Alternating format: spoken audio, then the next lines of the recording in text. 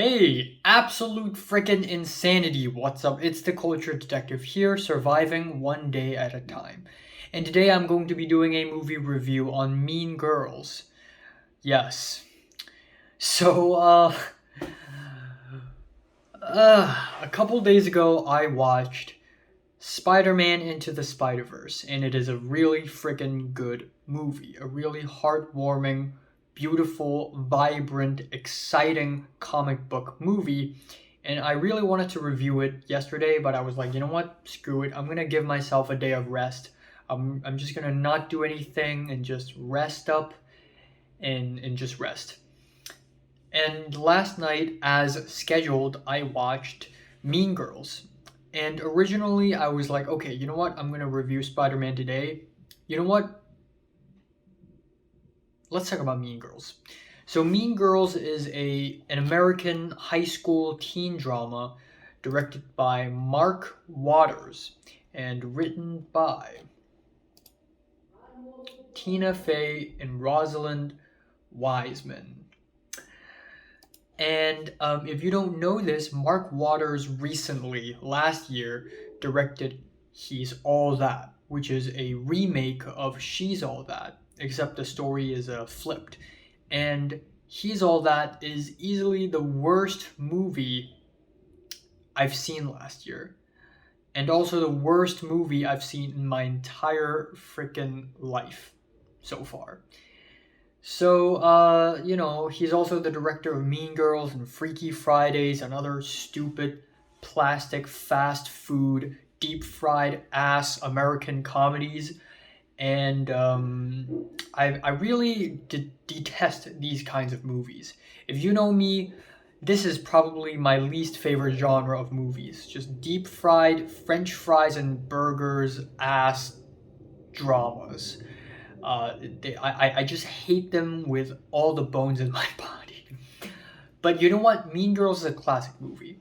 And even though I hate most of the teen dramas I watch, I have to admit, as someone who likes writing teen drama, it is pretty much essential for me to watch a movie like this. So, anyways, I watched Mean Girls. It's been on my watch list for ages. I finally watched it. And it is as bad as I thought it would be. The movie is filled with cliches. There are these cliques, these hot girls, the jocks, the American football jocks, the math nerds, the trashy teenage pop music, the stupid dialogue, and the stereotypes. And yeah, I just hate teen dramas like this. It is so starkly different from my own experience in secondary school in Hong Kong that I hate it when movies and series like this basically represent and seem to dominate the entire teen drama scene in the entire world. And this is also partially the reason why I really hate 13 Reasons Why and also kind of dislike Euphoria. It just makes being a high school slash secondary schooler so dumbed down and childish. But this is also a movie that I would really want to talk about because I don't hate this movie. You know, in a normal circumstance, I would absolutely hate this movie to its core. But there's something about this movie that makes me learn about the history and the evolution of teen drama. And it basically inspires me to even talk more about it. So I'm gonna review this movie, but sometime in the future, I'm gonna reference this movie again and maybe do a whole video essay on the evolution and the change in teen dramas across different cultures. But before I get into that, I would like to say that Mean Girls is not that bad. It's nowhere near as terrible as He's All That. And there are some legitimately funny moments. There are a few scenes where a bunch of random extra characters talk directly to the camera, breaking the fourth wall. I think these scenes are pretty creative and are genuinely kind of funny. And then there are some scenes that aren't very funny, but I applaud the movie for being creative. Like the main character, played by Lindsay Lohan, he's a nice girl. He's a homeschooled, nice, innocent, naive girl. And she gets mixed up in some mean girls, and that is the plot of the movie.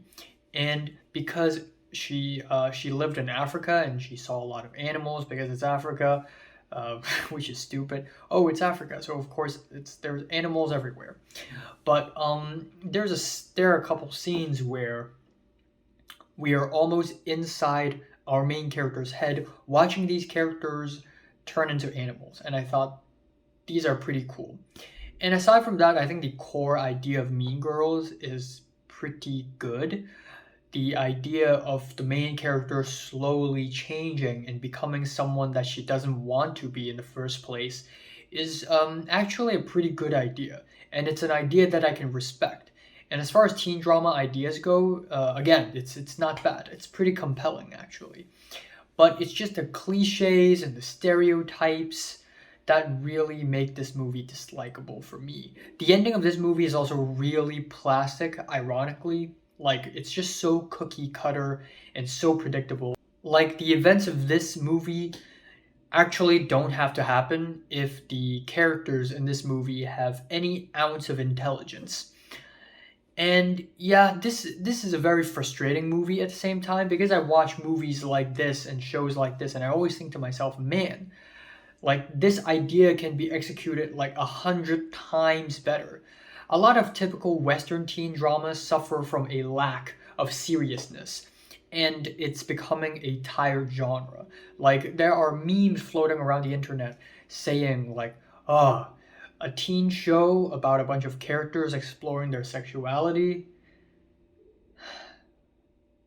Yeah, this is getting tired. And it's not because teen dramas are bad, essentially, but because American teen dramas are bad, essentially. It is so unserious, it requires a makeover. The same way Logan is to the X-Men series. It needs a complete redefinition. It needs a genre breaking in order to really be something interesting.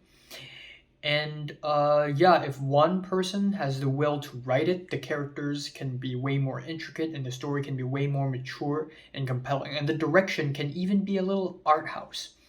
But I think the most fascinating thing about Mean Girls is that by watching this movie, I feel like I've learned a lot on the evolution of teen dramas and the history of teen dramas.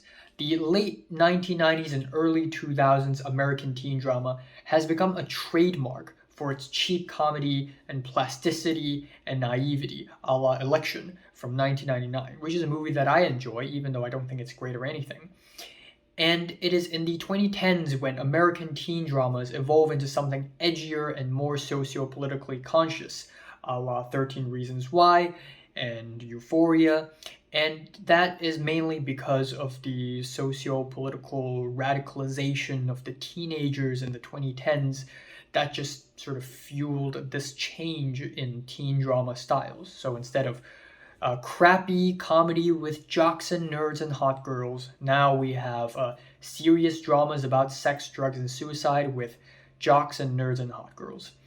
But similarly, teen dramas have also gone through an evolution of sorts in other countries and cultures in the world. Like in the UK, it went from This Is England to Skins to The End of the Fucking World, as well as East Asia, where, especially in Japan, we have movies like Dirishu no Subete, Suicide Club, Battle Royale, sort of evolving into teen animes like Kaguya-sama Love is War, Bunny Girl Senpai, Fruits Basket, and to a degree, even though it's a light novel to begin with, but a monogatari series.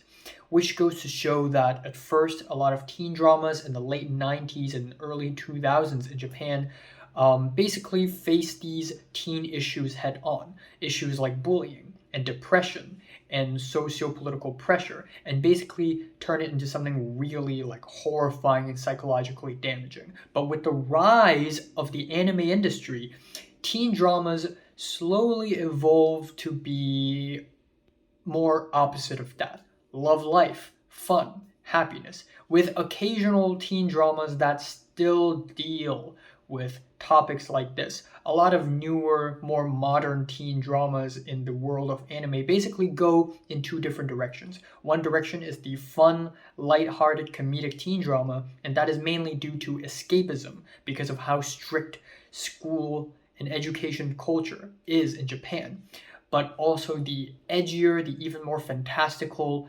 magical, realist, edgy shonen seinen series.